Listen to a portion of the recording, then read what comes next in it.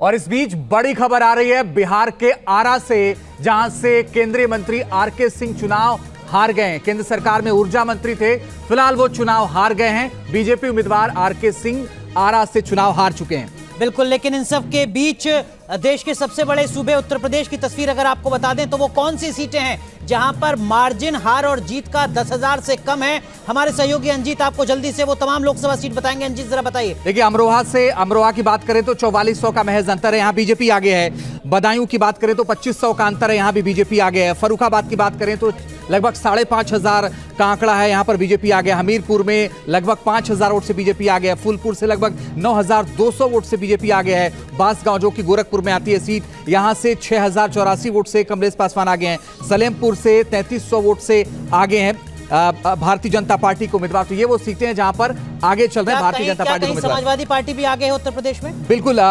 Samajwadi party का बात करें तो मुजफ्फरनगर जो कि संजीव बालियान की सीट है, वहां से हरिंद्र मलिक चुनाव आगे चल रहे हैं लगभग 8400 वोट से। और धौरहरा में भी समाजवादी पार्टी आगे चल रही है लगभग 6,800 वोट से। अनुराग, तो ये दो सीटें ऐसी हैं जहां पर समाजवादी पार्टी अभी आगे चल रही है, लेकिन बड़ी संख्या में सीटें ऐसी हैं जहां पर 10,000 वोटों से कम का मार्जिन भारतीय जनता पार्टी के साथ है। बीजेपी वहां पर बढ़त बनाए हुए। मनोज सर, यानी अगला 1 घंटा और बेहद महत्वपूर्ण हो सकता है, खासकर उत्तर प्रदेश की टैली को ऊपर नीचे करने के लिए।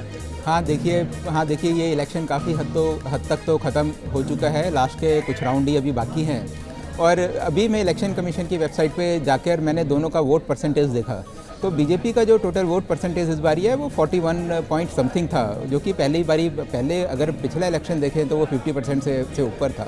और वहीं कांग्रेस और समाजवादी पार्टी का जो कंबाइंड जो वोट परसेंटेज था वो भी 42% के करीब था, 43%। तो इसका मतलब कि हर जगह नेक टू नेक दोनों के बीच में फाइट है। और अगर हम सीट देखें तो वही चीज़ सीट में भी रिफ्लेक्ट होती है। आधी सीट वो है बीजेपी के पास है 39 सीट्स, और 41 सीट्स में अभी लीड इनकी है।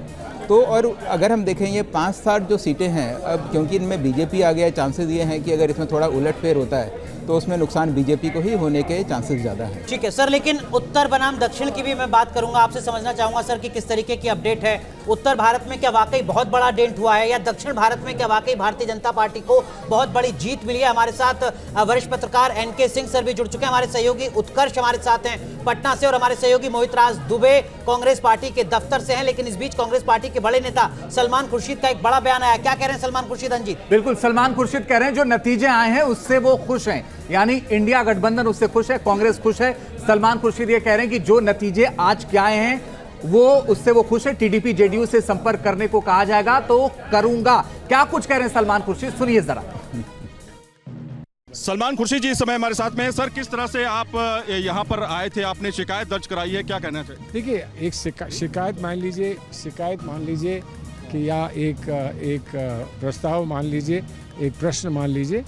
हमको चिंता इस बात की थी कि जो अपडेशन होता है, असेंबली वाइज होता है, वो तत्काल नहीं हो पा रहा है। और ऐसा क्यों है?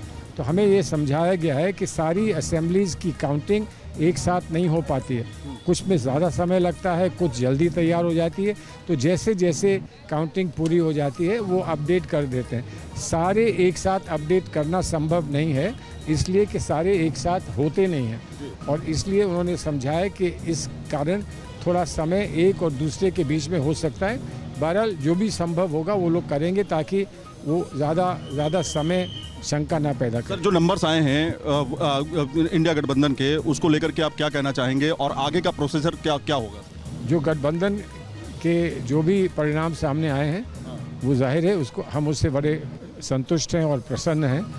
अब उनका क्या प्रभाव पड़ेगा आगे के जो हमारे निर्णय हैं उस पर, वो कल जब सभी हमारे सारे नेता एक साथ कल फिर बैठेंगे, मिलेंगे और सारी बात उनके सामने रहेगी, तो वो जो घोषणा करेंगे उसको हम आगे। जेडीयू और टीडीपी के साथ संपर्क होगा सर? मुझे नहीं मालूम है। अगर कोई मुझसे कहे कि संपर्क करो तो मैं करूं, लेकिन क्योंकि मेरे कुछ संबंध रहे हैं, लेकिन ये निर्णय आपस में मिलकर सब लोग करेंगे, उसके बाद पता चलेगा। तो कुल मिलाकर के आप देखिए, इस समय सलमान खुर्शीद से हम बातचीत कर रहे थे। यहीं इलेक्शन कमीशन में तमाम नेता डेलीगेशंस अपना लेकर के यहाँ पहुंचे थे। उनका कहना था कि जो ईवीएम में लगातार गड़बड़ी है या गिनती में गड़बड़ी जो हो रही है उसको लेकर के कांग्रेस ने यहाँ पर शिकायत दर्ज की है। इनका कहना है कि इलेक्शन कमीशन ने बाकायदा उस बात को सुना है। दूसरी तरफ ये कि इंडिया गठबंधन को लेकर के जो अभी तक आंकड़े सामने आ रहे हैं, सीटों को लेकर के जो नतीजों में कन्वर्ट होते जा रहे हैं, हैं उसको लेकर के जो कांग्रेस है उनके सलमान खुर्शीद जो हैं उनका कहना है कि ये नंबर काफ़ी अच्छे हैं और आगे संभव है जब आला कमान से बातचीत होगी